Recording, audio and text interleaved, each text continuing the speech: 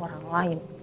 Jadi kalian, anak-anakku dan juga suamiku, jangan bilang siapapun, atau kalian juga akan masuk penjara karena kalian juga terlibat. Kalian tahu masalah ini, camkan. Itu mungkin ancaman dari si Sally Tekotek-Kotek.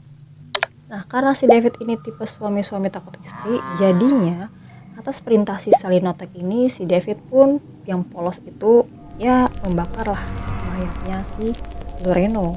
Dia bersama-sama dengan Sally menaburkan abunya, entah gue nggak tahu ditaburkan kemana, entah ke sungai, entah ke laut ataupun gimana, gue nggak tahu. Cuma memang dibakar dan abunya itu disebar gitu loh sama si pasangan ini.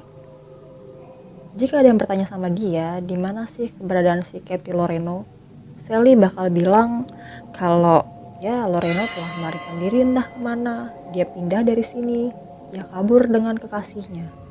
Namun si ponakannya tadi yang gue bilang kan masih ada ponakannya nih, punya ponakan kan yang disiksa selama ini tuh, disiksa mulu sama dia itu, si Shane. Dia menyadari kengerian yang terjadi di rumah itu.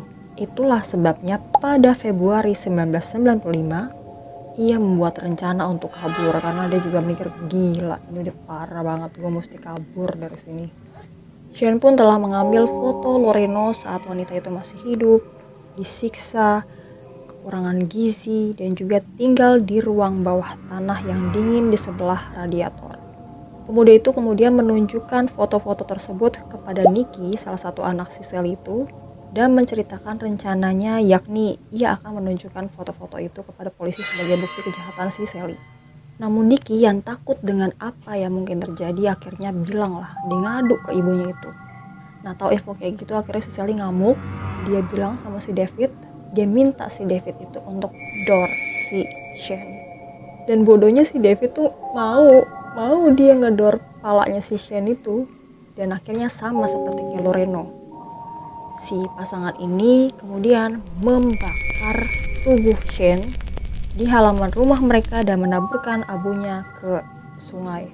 Ini baru kelihatan ya, baru ketahuan ini kalau mereka itu naburinnya ke sungai. Nah, si Sammy anaknya Sally yang satu lagi itu bilang, alasan mengapa ibu saya mampu mengendalikan David adalah karena ia hanyalah pria yang sangat lemah.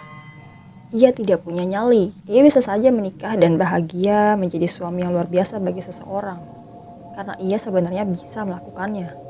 Namun yang terjadi malah sebaliknya, hidupnya malah hancur menjadi pasangan dari ibu saya. Itu kata si Sammy.